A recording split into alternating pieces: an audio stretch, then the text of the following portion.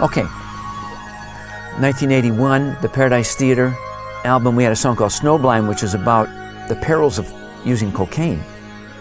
And we had these moron young ministers in the heartland of America, either Iowa, Nebraska, who were singling out people who were putting backward satanic messages on their songs. We were one of them. The band that did Babe. Seriously, dudes? And Snowblind, they said if you played it backward, the opening line is, mirror, mirror on the wall, okay? And it sounds like Satan moves in our voices if you play it backwards. And we thought, what the heck? So we went and we looped it and did it backward. It does sound like that. But as I've said many times, we had enough trouble making these records sound right going forward, let alone backward. So I just got to thinking, and I did Nightline with Ted Koppel. I was on Phil Donahue's show in those days about censorship. And I got to thinking about censorship. So I wrote this whole story about a future where rock stars are put in prison. And we just come back from Japan, and I'd seen, I learned what morigato meant. And robot in Japanese is robato. So I thought, I came home. So anyway, I see this PBS special on automation in factories.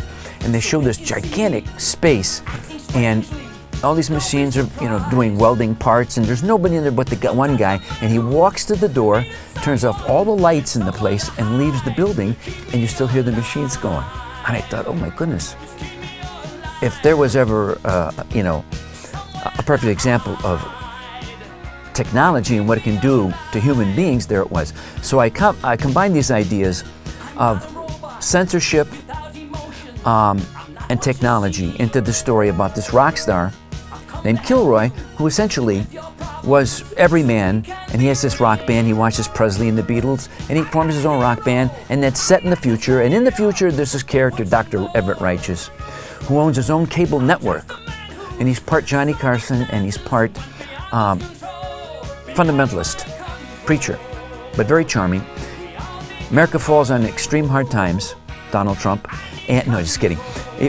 Economic hard times, a vast depression sets in, and he convinces everyone it began with rock and roll. That's when the morality and the whole America went to crap from the beginning of Elvis Presley on down. And like in anything from Hitler, Mao, you name it, they must define the other. In this case, the other is rock stars. So these rock stars are going to be put in prison. They get rock and roll banned. And they put the rock stars in prison on these prison ships that are guarded by Japanese robots, which are robatos. So I needed a song. I was going to come up with this elaborate stage production with film, storyline. We were doing something no one had ever done before. The musicians were going to play characters themselves and act on stage, depending on who you ask. And I needed a song to go from the film, this 14-minute film, into the first thing you see on stage would duplicate the film. So I needed a transition. I wrote this song. And you could look this up, kids. Kilroy was here. It's probably on the internet someplace. Everything is. Stop with the porn for 5 minutes and go look at it if you're interested. So the deal is, that's a good scream. The deal is that the music gets banned, the rock stars, Kilroy's put in prison, and then check out the story. So anyway, in this song, it's just a transitional piece. I wrote it. This is not, once again, this is not a hit record. And my wife says, and my best friend Dave said, that's a hit record. No, it's not. You hear the lyrics? What are they? At the end, I'm yelling, I'm Kilroy. What? That can't be a hit record. Record company thought it might be a hit record. So we released it. It was so vastly different than anything we'd ever done. It was never intended to be the first single. The first single was going to be Don't Let It End. It's typical Styx ballad. But there it went to, it became a #1 record on one chart. It was a hit in Japan, of course. but it was so different. I think it scared some of the Styx fans. But that's the story. But you know, once again, I wish I'd have written 10 more, because if I say domo arigato to you, what are you going to say? Say it, guys. Domo arigato.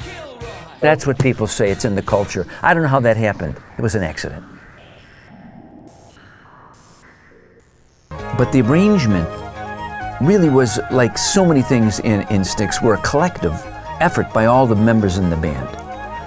And this part right here, this was me imitating, thinking about Pete Townsend, and Won't Get Fooled Again. And he said, well, if any of them are like Bone, you're going to do fine. I went, Bone? Oh, bad. I said, how do you, I've never performed, I only did it in sound checks. How do you know I'm doing a song all bad to the bone? He said, George, it's my business to know. Oh, by the way, I'm David Geffen.